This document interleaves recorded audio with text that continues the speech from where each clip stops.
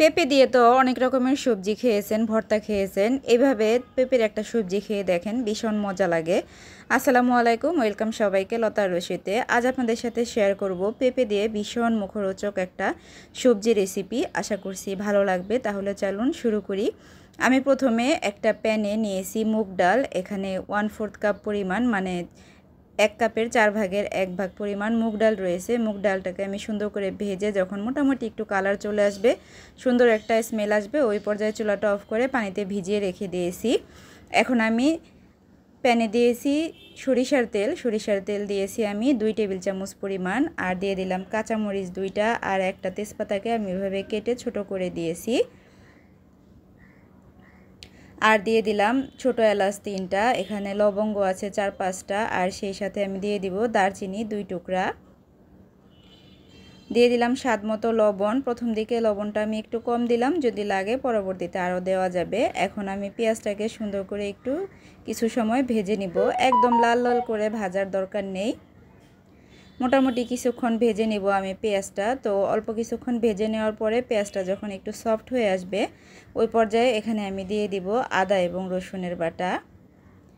আমি এখানে আদা এবং রসুনের বাটা দিব 1 টেবিল চামচ পরিমাণ। আমি যেহেতু ব্লেন্ডারে ব্লেন্ড করেছিলাম, পানি পরিমাণটা একটু বেশি পড়ে গিয়েছিল, এই জন্য মনে হচ্ছে যে আমি অনেক বেশি পরিমাণ আদা রসুন বাটা দিয়েছি। এখানে 1 টেবিল চামচ পরিমাণ আছে। দিয়ে দিলাম সামান্য পরিমাণ পানি। পানিটা দিয়ে দিলে মশলাটা কিন্তু পুড়ে যাবে না। মশলাটাকে খুব ভালোভাবে কষিয়ে নেব। তার আগে আমি দিয়ে দিচ্ছি এখানে 1 চা চামচ পরিমাণ টালা জিরা গুঁড়া, দিয়ে দিলাম ধনিয়া গুঁড়া 1 চা চামচ পরিমাণ, সামান্য একটু লাল মরিচের গুঁড়া এবং সামান্য পরিমাণ হলুদের গুঁড়া। লাল মরিচের গুঁড়া এবং হলুদের গুঁড়া এখানে 1/4 চা চামচ পরিমাণ রয়েছে। সবজিতে হলুদের পরিমাণটা একটু কম দিলে কিন্তু দেখতে ভীষণ সুন্দর হয় আর খেতেও ভালো লাগে। এখন মশলাটাকে ভালোভাবে আমি নেড়েচেড়ে কষিয়ে নেওয়ার পরে এখানে দিয়ে দিচ্ছি ওই যে মুগ ডালটা যে পানিতে ভিজিয়ে রেখেছিলাম, সেটা পানি ঝরিয়ে দিয়ে দিলাম। আর এটা পানিতে ভিজিয়ে রাখার কারণে কিন্তু খুব তাড়াতাড়ি সেদ্ধ হয়ে যাবে। তো মশলাতে ডালটা দিয়ে দেওয়ার পরে বেশ কিছুক্ষণ, মানে 5 থেকে 7 মিনিটের মতো ভেজে নিব। এই পর্যায়ে কিন্তু কোনো পানি অ্যাড করব না। তো মুগ ডালটা ভেজে নেওয়া হয়ে গিয়েছে। এই পর্যায়ে আমি দিয়ে দিচ্ছি কাঁচা পেঁপেটার খোসা ছাড়িয়ে আমি এরকম ছোট ছোট করে কিউব করে কেটে দিয়েছি। আপনারা চাইলে আপনাদের পছন্দ মতো যে কোনো শেপে কেটে নিতে পারেন।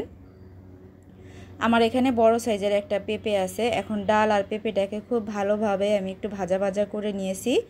আর এখানে আমি অ্যাড করে দিচ্ছি পানি। খুব বেশি পরিমাণে পানি দিতে যাবেন না, এতে করে কিন্তু পেঁপেটা একবারে গলে যাবে, খেতে ভালো লাগবে না। আমি এখানে পানি দিয়েছি 2 কাপের মতো। এখন চুলার আঁচটা বাড়িয়ে রান্না করে নিব। বলক চলে আসলে ওই পর্যায়ে কিন্তু আমি চুলার আঁচটা একটু কমিয়ে দিব, মানে মিডিয়াম ফ্লেমে ফুল রান্নাটা করব।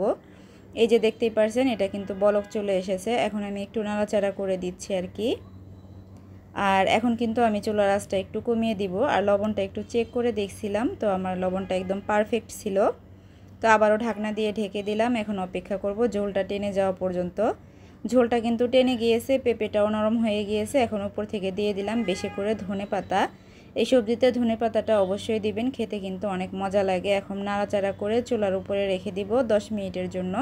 আর এই পর্যায়ে কিন্তু চুলাটা অফ করে দিব। যেহেতু ডালের সবজি, এটা কিন্তু ঠান্ডা হওয়ার পরে আরও একটু ঘন হয়ে যাবে। ডাল দিয়ে রান্না করা যে কোনো সবজি একটু লিকুইড থাকতে বন্ধ করতে হয়, কারণ ঠান্ডা হওয়ার পরে এটা কিন্তু অনেকটাই ঘন হয়ে যায়। তো স্ট্যান্ডিং টাইমে রেখে দিলাম। আর এই যে দেখেন, আমি আপনাদেরকে একটু খুলে দেখাই হাঁড়ি থেকে। মাশাআল্লাহ, এটা অনেক সুন্দর হয়েছিল দেখতে, আর খেতে অনেক বেশি মজার ছিল। আর এই যে আমি সার্ভিং প্লেটে কিন্তু সার্ভ করে নিয়েছি। দেখতেই পারছেন কতটা সুন্দর লোভনীয় হয়েছে। এটা কিন্তু গরম ভাত, রুটি বা পরোটার সাথে ভীষণ মজা লাগে।